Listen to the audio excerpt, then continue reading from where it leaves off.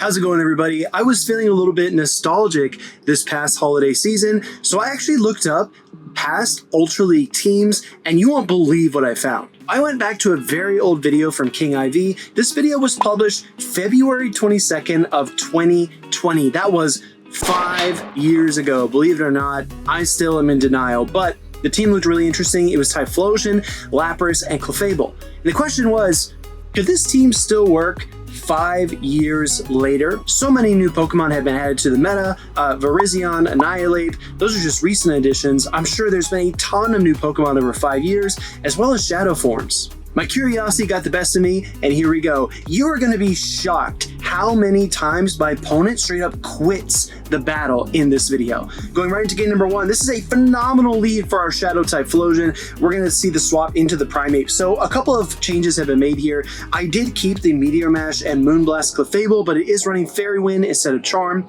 My Typhlosion is Shadow with Thunder Punch instead of regular with Solar Beam. So those are the only changes to the team. So it's slightly updated, but I think it's still pretty true to the old team that King used. Everything is going our way so far. Don't really need to worry about the Primeape too much, especially because the Rage Fist takes such a long time in order to boost up.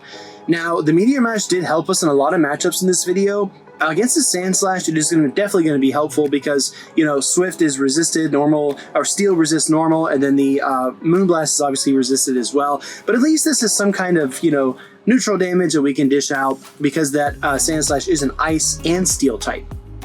We actually get a shield on the second Meteor Mash, which is really nice. Opponent makes a very curious play, decides to throw here. Maybe they were worried I was going to get to another Meteor Mash, but we bring in the Typhlosion, and they've got Virizion in the back, and this is so bad for my opponent. They are able to get the 3 double kicks in for the Sacred Sword. I know it's not the Stone Edge, so I do let it through. I look for the Lapras swap now, and Lapras has been a Pokemon that I love to make work. So in this video, because I was able to play it in Ultra League with Skull Bash and Surf, it's so nice. It catches a lot of the dragons off guard. For example, if there's something like a Zygarde, it's going to have a tough time. Flygon lead in game number 2. I do have kind of an ABB team to dragons here because I do have a Ice type and a Fairy type in the back. So I'm going to swap into my Clefable. They come in with the Licky Licky. Now, it's going to take 5 for the Earthquake / Shadow Ball. So I'm going to throw the Moonblast, hope for an attack drop, and we actually get it, which is really nice. Opponent throws a Charge Attack, probably going to be Shadow Ball. Turns out to just be a Body Slam, which is nice. Licky Licky pays so quickly, and it's one of those weird instances where if you build up to a, for example, if you build 5 to the Shadow Ball and then you throw a Body Slam, it's only 4 to the Shadow Ball after that. So it's one of those instances where it has carryover energy, and I've been trying to think of a way to break down those different Pokemon and teach people that, but it's definitely a very challenging topic. So if you have any ideas, let me know down in the comments below.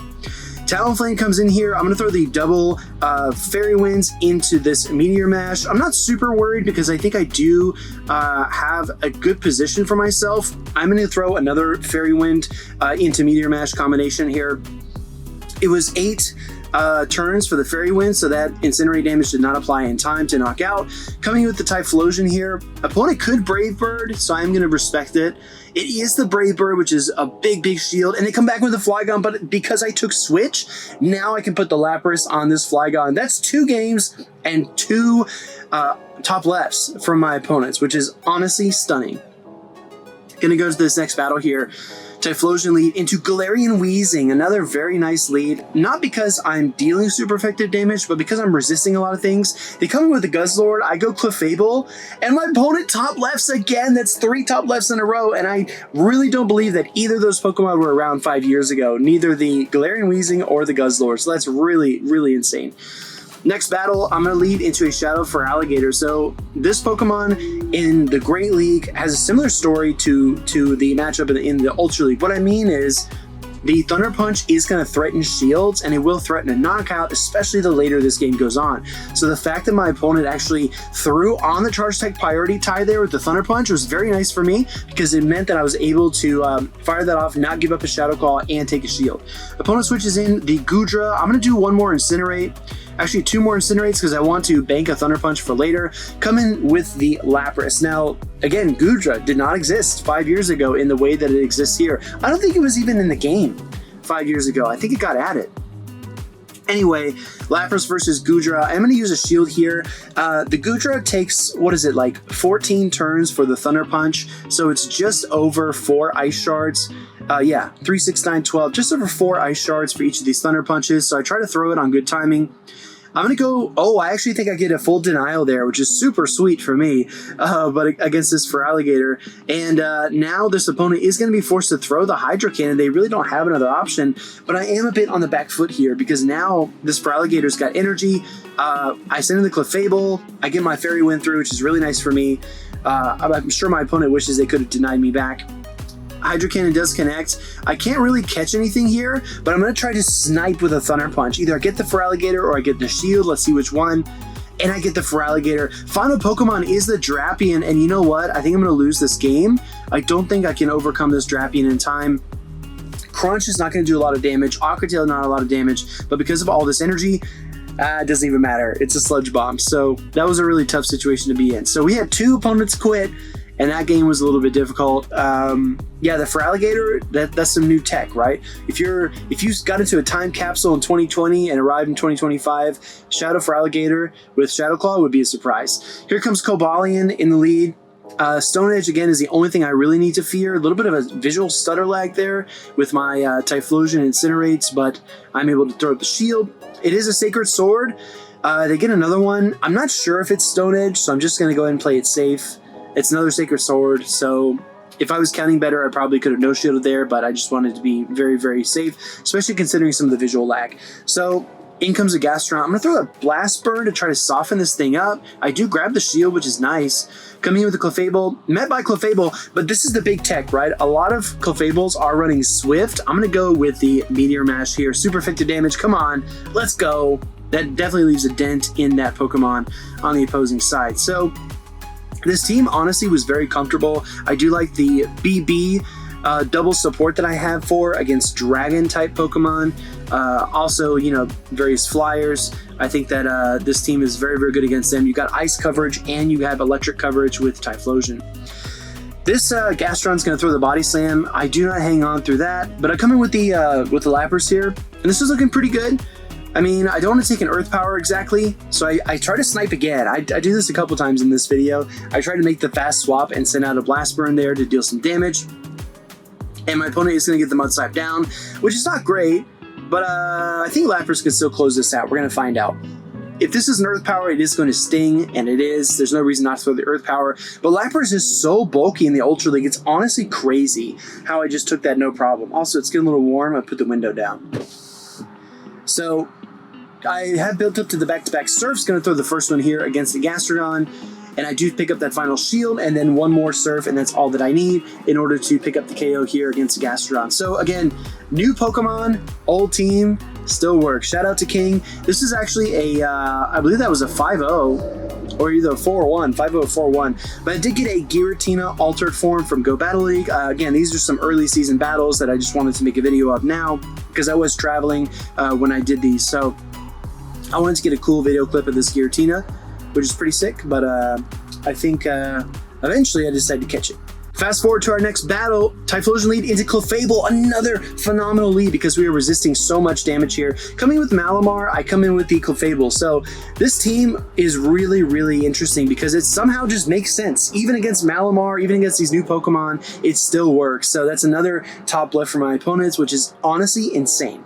Next battle, Typhlosion for Feraligatr. Let's see if we can play this one just a little bit different. I'm going to try to open the other window.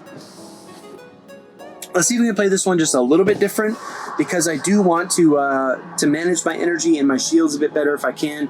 Opponent does throw the Hydro Cannon here. I'm going to go for one more Incinerate. I wanted to build to the double Thunder Punches, but I have to watch out for the catch. My opponent could absolutely make a swap, get that Feraligatr out of there. Luckily, they stay in, which means I'm going to get both shields here unless they want to lose their Feraligatr because this deals a ton of damage, especially Shadow on Shadow.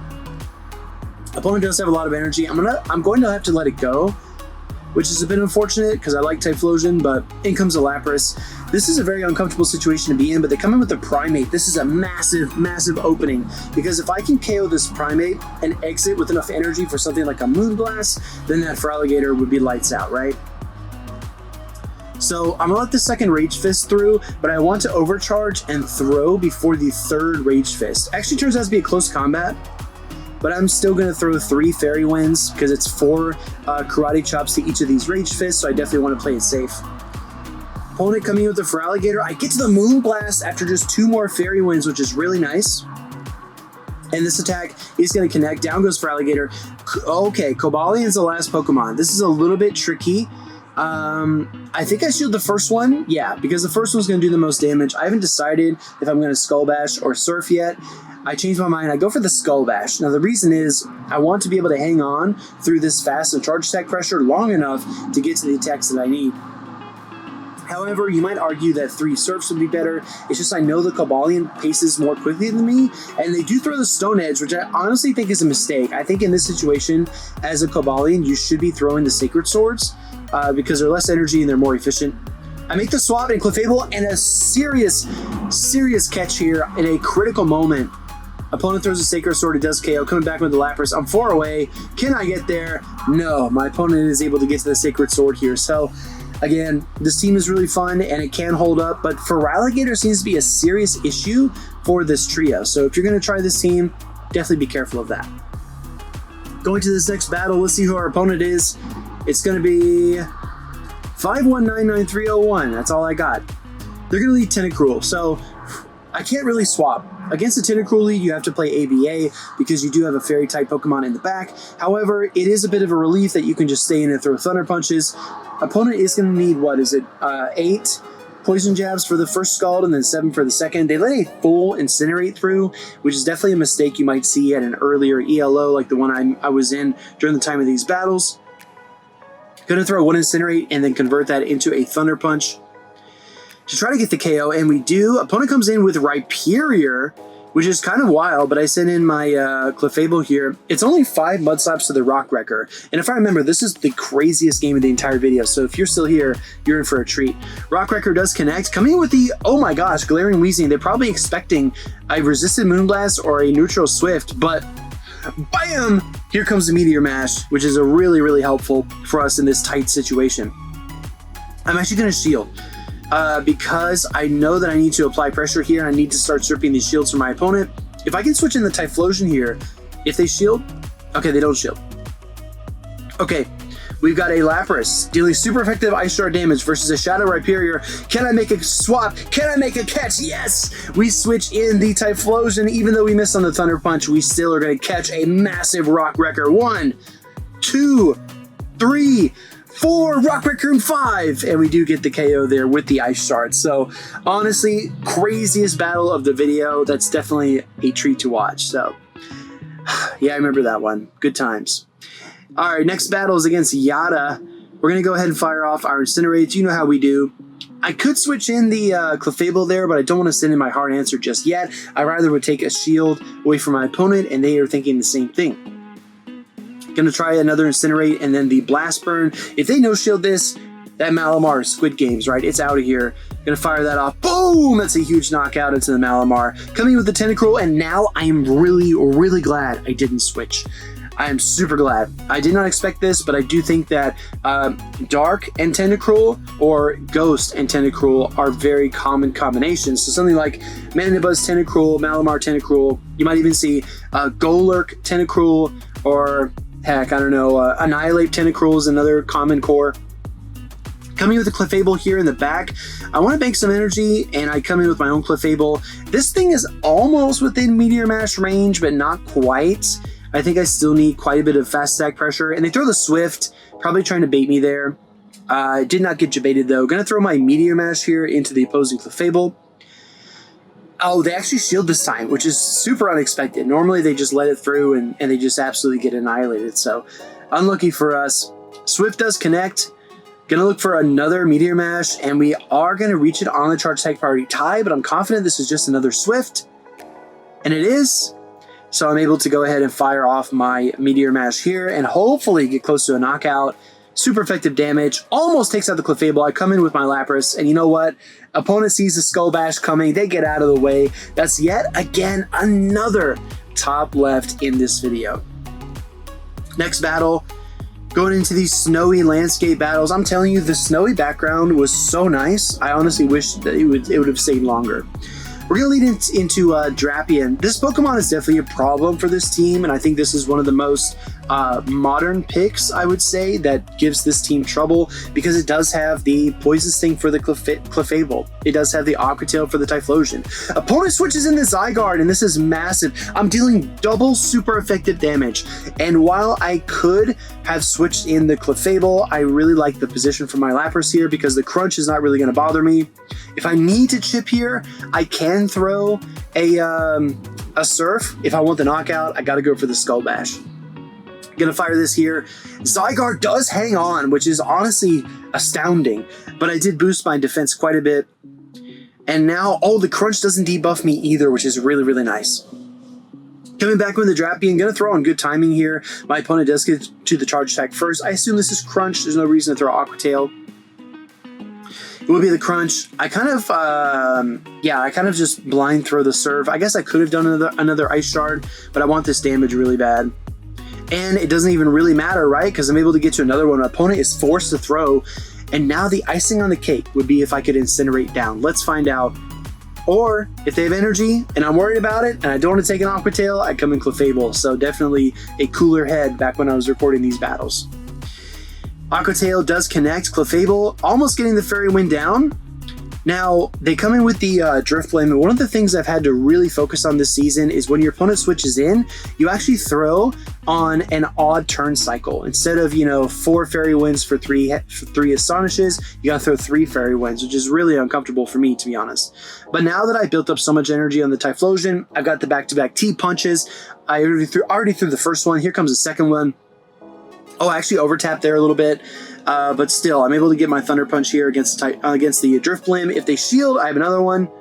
And I'm going to win that Charge Attack priority tie. So, yeah, Shadow Drift Flame, I don't think, was a meta factor 5 years ago. Pre-XL. I don't think that was a factor. So, Drapion comes in. And that was another 4-1. So, these battles are really, really sick. I really hope you enjoyed them. King's team still works to this day. So, just a testament to how much of a legend he is. Make sure to follow him over on X and support him in his Pokemon journey and also any other endeavors that he engages in. But it's really hot in the car right now because I'm charging and I did not turn on the air conditioning. So, I'm going to take a break here. There are more of these games. But if this video gets up to 50 likes, then I will drop the second half. Let me know what you want to see, and I will catch you in the next one.